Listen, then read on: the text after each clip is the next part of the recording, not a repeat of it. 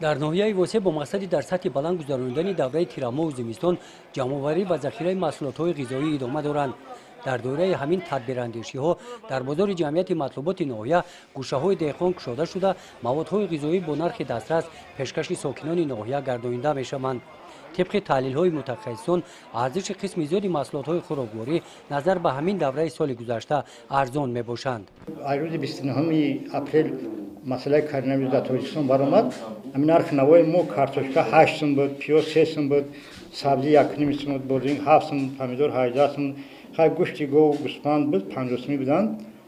اینا نسبت به امروز نرخ کاهش یافته است. کارتوشکا 3.5 سوم، سبزی 1.5 سوم، بادرنگ 3 سوم، پمیدور 3 سوم که نرخ گوشت گاو گوسفند بود یگان مایده تغییر نیافت. هم نرخی که چخیل بود هم وقت نرخ رفته است. یعنی کدام محصولات قیمت چیده می‌دهد؟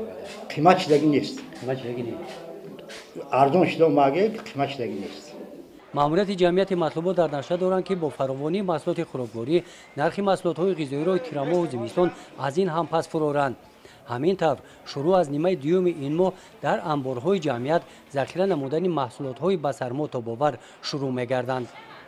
گزارش خواجه نظریف خدای نظر ظهوروف از ناحیه واسه برای برنامه اطلاعاتی نوید.